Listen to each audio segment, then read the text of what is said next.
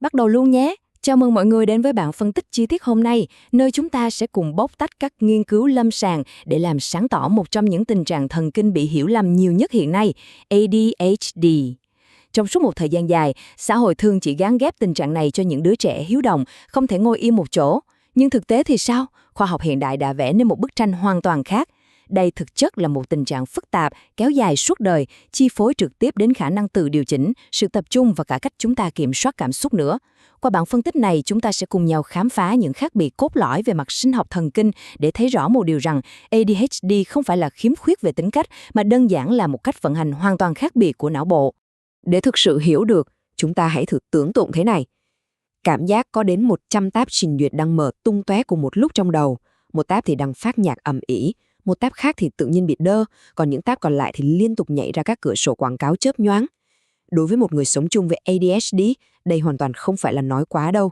Đó chính xác là thực tế hỗn loạn, sống động diễn ra hàng ngày. Tâm trí họ luôn hoạt động hết công suất, nhưng lại thiếu đi bộ lọc tiếng ồn, khiến cho việc chỉ tập trung vào một tab duy nhất trở thành một cuộc chiến cực kỳ vắt kiệt sức lực. Và hệ quả thực tế của cả trăm cái tab trình duyệt đó là gì? Là những tình huống dở khóc dở cười kiểu như cuống cuồng lục tung mọi thứ để tìm chiếc điện thoại trong khi nó đang lù lù mấy trên tay mình. Chắc hẳn nhiều người thấy rất quen thuộc và có thể bật cười. Nhưng đối với những ai mắc ADHD, đây là một minh chứng rất điển hình cho việc thiếu đi khả năng điều chỉnh sự chú ý một cách nhất quán. Một điều cực kỳ quan trọng cần phải làm rõ ở đây tuyệt đối không phải là do thiếu thông minh, nó chỉ là một khoảng trống tạm thời trong trí nhớ làm việc, kiểu như thông tin vừa chạm vào tâm trí đã bị trượt tuột đi mất chỉ trong tích tắc vậy. Để dễ hình dung hơn nữa, hai chuyên gia hàng đầu trong lĩnh vực này là tiến sĩ Edward Hallowell và tiến sĩ John Ratey đã đưa ra một phép ẩn dụ thật sự xuất sắc. Họ ví bộ não ADHD giống hệt như một chiếc siêu xe được trang bị động cơ của Ferrari nhưng lại lốp phanh của xe đạp. Bộ não này cực kỳ mạnh mẽ, siêu sáng tạo, phóng với tốc độ kinh hoàng, nhưng lại không có khả năng hãm phanh hoặc dừng lại đúng lúc. Vấn đề không nằm ở chỗ động cơ bị hỏng, mà là sự chênh lệch quá lớn giữa sức mạnh động cơ và khả năng của hệ thống phanh. Do đó, việc quản lý tình trạng này, cốt lõi chính là tìm cách nâng cấp hệ thống phanh đó. Vậy rốt cuộc điều gì bên trong não bộ gây ra sự lệch pha này? Câu trả lời nằm ở giả thuyết dopamine thấp. Dopamine giống như loại nhiên liệu siêu cấp kích hoạt động lực và sự tập trung của chúng ta. Các nghiên cứu đã chỉ ra rằng não bộ ADHD thường xuyên bị đói tín hiệu dopamine, khiến trung tâm khen thưởng luôn ở trong trạng thái lờ đờ, kém kích thích. Hệ quả là những cá nhân này vô thức trở thành những thợ săn dopamine.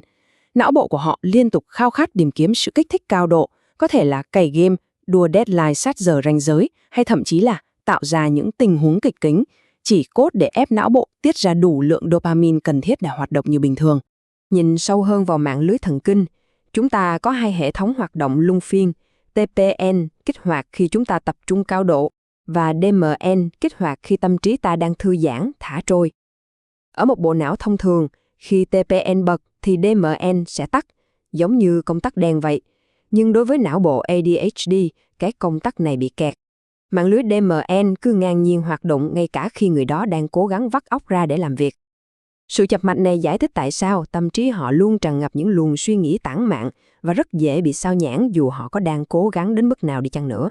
Khi tình trạng phân tâm này kết hợp với việc não bộ cạn nhiên liệu, chúng ta chạm đến một nút thắt cực kỳ lớn, rối loạn chức năng điều hành, hay hiểu đơn giản là executive function bị đình trệ.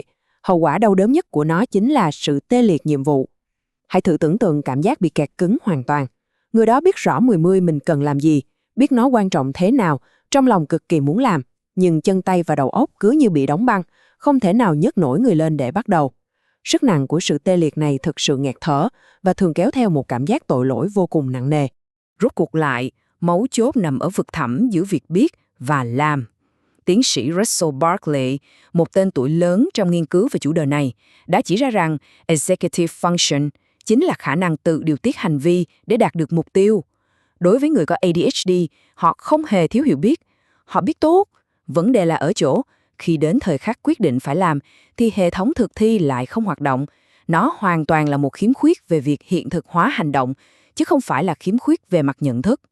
Không chỉ dừng lại ở công việc, khi sự trục trặc trong khả năng thực thi này len lỏi vào đời sống cá nhân, nó âm thầm tàn phá các mối quan hệ theo những cách rất đau lòng. Thường thì mọi chuyện bắt đầu bằng giai đoạn siêu tập trung, dồn toàn bộ sự chú ý vô cùng lãng mạn vào người kia. Nhưng theo thời gian, khi sự chú ý tự nhiên dần phân tán, đối phương lại dễ dàng hiểu lầm rằng tình yêu đã phá nhạt. Thêm vào đó là vô số những lần quên lời hứa, sự bốc đồng và những cảm xúc bị phóng đại quá mức. Dần dần, cả hai người đều rơi vào trạng thái kiệt quệ tinh thần khi cứ phải vùng vẫy trong một vòng lặp của những hiểu lầm mãn tính. Và đỉnh điểm của sự mệt mỏi này là việc nó vô tình tạo ra một cái bẫy cực kỳ độc hại. Mối quan hệ biến thành động lực, cha nẹ, con cái. Người bạn đời không mắc chứng này bỗng dưng cảm thấy mình như một người bảo mẫu, suốt ngày phải lẻo đẻo nhắc nhở và đi dọn dẹp tàn cuộc. Chẳng có gì dập tắt sự lãng mạn nhanh ưng thế. Để phá vỡ vòng lặp thảm họa này, các chuyên gia nhấn mạnh rằng giao tiếp là vũ khí duy nhất. Việc bắt đầu câu bằng đại từ tôi, tức là nói về cảm xúc của chính mình thay vì chĩa mũi dùi chỉ trích vào đối phương, là một chiến lược sống còn để cứu vãn mối quan hệ khỏi sự oán trách. Vậy thì, làm cách nào để chúng ta gỡ rối mớ bong bong này? Chìa khóa nằm ở một phát hiện lâm sàng mang tính cách mạng. Xã hội của chúng ta đang vận hành trên một hệ thần kinh dựa trên tầm quan trọng. Tức là nếu việc đó có hậu quả lớn hoặc mang lại nhiều tiền, não bộ sẽ tự động bơm năng lượng để chúng ta làm nó. Thế nhưng, bộ não ADHD lại chơi theo một luật hoàn toàn khác. Nó chạy bằng một hệ thần kinh dựa trên sự hứng thú. Nếu một nhiệm vụ không đủ kích thích trí tò mò hay đam mê, bộ não đơn giản là sẽ đình công, từ chối cung cấp dopamine để khởi động, bất kể công việc đó có tính mạng quan trọng đến cỡ nào đi chăng nữa. Nắm bắt được cơ chế thú vị đó, tiến sĩ William Dodson đã đưa ra mô hình PINS để chỉ cho chúng ta những nút bấm bí mật giúp đánh thức bộ não này. Đây không phải là mẹo vặt, mà là cách hack não bộ tự sản sinh dopamine. Để một bộ não ADHD bắt tay vào việc, nhiệm vụ đó phải có ít nhất một gia vị: đam mê, sự hứng thú, sự mới mẻ, tính cạnh tranh hoặc tính cấp bách, kiểu như thời hạn chót đang dí sát tận cổ vậy. Bằng cách hô biến những công việc nhàm chán thành những thử thách mới lạ hoặc một trò chơi có thưởng phạt, chúng ta có thể nổ máy động cơ não bộ một cách tự nhiên mà không cần phải dùng đến roi vọt của sự căng thẳng. Và bài học đắt giá nhất để quản lý tình trạng này là gì? Đó là hãy ngừng ngay việc vắt kiệt sức mạnh ý chí. Ý chí giống như viên pin điện thoại, xài là hết, đặc biệt là khi executive function đã yếu sẵn.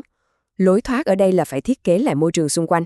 Hãy biến thời gian trừu tượng thành những con số nhảy lùi rành rành trước mắt bằng đồng hồ bấm giờ. Hãy áp dụng tuyệt chiêu body doubling, đơn giản là rủ một người khác ngồi làm việc cùng để hưởng ké luôn không khí tập trung của họ. Và quan trọng hơn cả, hãy băm nhỏ một dự án khổng lồ thành những bước tí hon, nhỏ đến mức không thể không làm, để vượt qua lực cản vô hình của sự tê liệt. Dĩ nhiên, đôi khi để các chiến lược thay đổi môi trường này thực sự phát huy tác dụng, chúng ta cần nâng cấp hệ thống phanh từ bên trong để tạo ra sự ổn định về mặt sinh lý. Trong y khoa, thuốc điều trị được ví von rất hay như cặp cần gạt nước trên kính ô tô khi trời đang mưa bão. Nó không thay bàn lái xe, nhưng nó gạt phăng mọi nhiễu sóng thần kinh để bạn nhìn rõ đường đi. Cùng với đó, khoa học cũng chứng minh những bài tập thể dục ngắn, cường độ vừa phải chính là liều thuốc tự nhiên thần kỳ, giúp bơm ngay các chất dẫn truyền thần kinh lên não, hỗ trợ cực tốt cho hệ thống executive function. Nhưng khoan đã, câu chuyện không chỉ toàn là khó khăn đâu. Một khi lớp sương mù của sự phân tâm tan đi và người đó nhận được sự hỗ trợ đúng cách, những gì họ mang lại thực sự đáng kinh ngạc. Sẽ thật thiếu sót nếu bỏ qua những siêu năng lực tuyệt vời của sự đa dạng thần kinh này. Họ thường là những bậc thầy giải quyết vấn đề với lối tư duy phá cách không biên giới. Họ mang trong mình ngọn lửa nhiệt huyết có khả năng lan tỏa mãnh liệt. Và một khi đã trúng tần số đam mê, họ sẽ bật công tắc hyperfocus, một trạng thái siêu tập trung đến mức làm mọi thứ xung quanh lu mờ. Chưa kể đến trực giác nhạy bén và sự đồng cảm tinh tế hiếm ai sánh bằng. Và để kết lại, chúng ta hãy thử đảo ngược góc nhìn một chút. Từ trước đến nay, xã hội luôn gò ép những cá nhân có hệ thần kinh dựa trên sự hứng thú này phải gọt giũa bản thân để nhét vừa vào những chiếc khuôn đúc sẵn cứng nhắc. Nhưng khi chứng kiến tiềm năng bùng nổ, sự sáng tạo không giới hạn và tư duy đột phá của họ, chúng ta không thể không tự hỏi, chuyện gì sẽ xảy ra nếu trường học, nơi làm việc và toàn bộ xã hội chịu lùi lại một bước, học cách thích nghi và tôn vinh sự đa dạng thần kinh này.